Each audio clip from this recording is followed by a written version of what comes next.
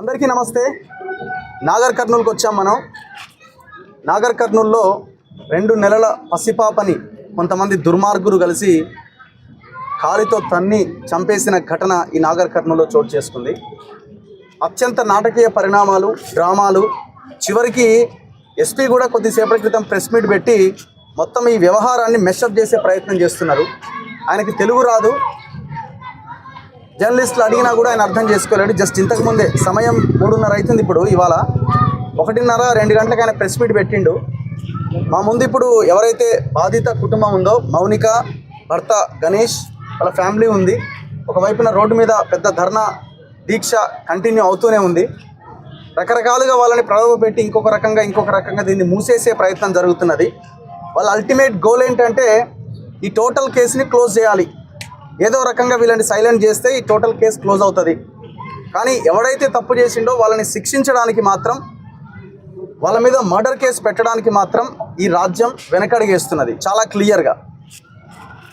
ఎంత దారుణం అంటే మొన్న డిఎస్పీ మాట్లాడిండు, ఇవాళ ఎస్పీ ప్రెస్ మీట్ ఎందుకు పెట్టిండు అంటే మొన్న డిఎస్పీ మాట్లాడిన దానికి ఇవాళ కౌంటర్ వచ్చింది, ఒక వీడియో.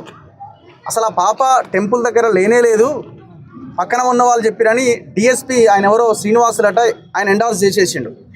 ఈయన గతంలో కొల్లాపూర్ మొలనేనపల్లి ఆర్ సంథింగ్ మొలచింతపల్లి కేసులో కూడా టోటల్ నిందితులందరినీ సైడ్ చేసి బాధితులకు అన్యాయం చేసిన దాంట్లో ఈ శ్రీనివాసులు అనే డిఎస్పీ మొట్టమొదటి ముద్దాయి.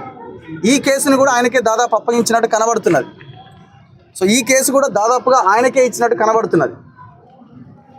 సో ఇప్పుడు ఎస్పీ ఎందుకు ప్రెస్ మీట్కి వచ్చిండంటే డిఎస్పీ ఏమన్నాడు, పాప అక్కడ లేదని పక్కన ఉన్న వాళ్ళు చెప్తున్నారని చెప్పడంతో ఈ ఎస్పీ తెర మీదకి వచ్చిండు. వాళ్ళు ఎందుకంటే భయమైంది ఆ వీడియో వచ్చేసరికి. ఆ వీడియోలో చాలా క్లియర్గా ఈమె ఇదే మఫ్లరు, చేతిలో బిడ్డ పట్టుకొని ఆమె అక్కడ నిలబడ్డది. ఈ తాజా ప్రెస్ నోట్లో దాదాపు 4 పేజీలు ఉంది ప్రెస్ నోట్. ఒక్కసారి మీరు అందరు చూడొచ్చు. ఈ 4 పేజీల ప్రెస్ నోట్లో ఎంత దుర్మార్గం అంటే వీళ్ళు 2024 సంవత్సరంలోనట గణేష్ అనే ఈ భర్త ఈయనకు మధ్య గొడవ జరిగిందట. ఈమె ప్రెగ్నెంట్గా ఉన్నప్పుడు అది రికార్డ్ అయిందట. భార్యాభర్తలు అన్న తర్వాత గొడవలు అవుతాయి, కలిసి ఉంటారు, ఇంకేదన్నా జరుగుతుంది. ఇప్పుడు ఎస్పీ భార్య ఎప్పుడు తిట్టుకోలేదా? ఇంటికి లేటుగా వస్తే ఎస్పీ భార్య తిట్టలేదా ఎప్పుడు? లేకపోతే ఎప్పుడు మందలించలేదా? లేకపోతే ఎప్పుడు గొడవ పెట్టుకోలేదా? భార్యాభర్తలు అన్న తర్వాత గొడవలు సహజం.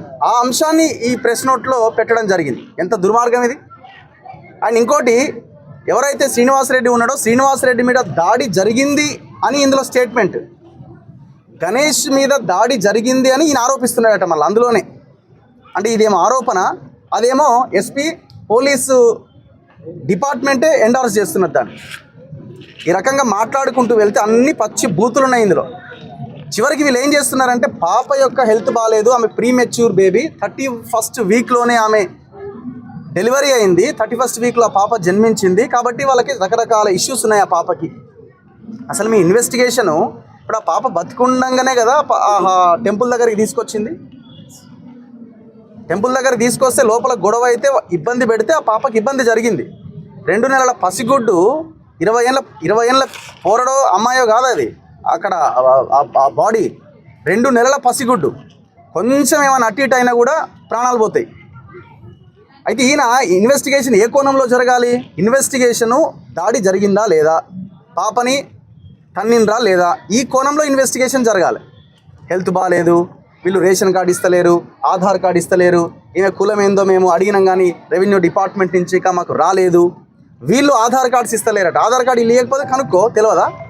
వీళ్ళంటే ఓటర్ ఐడి అడిగి తీస్తలేరట. ఈ రకంగా టోటల్ ఇందులో మొత్తం అన్ని బూతులే ఉన్నాయి. అంటే టోటల్ కేసుని తప్పుదారి పట్టించే ప్రయత్నం చేస్తున్నారు అని చెప్పడానికి ఇంతకు మించిన నిదర్శనం ఇంకొకటి లేదు.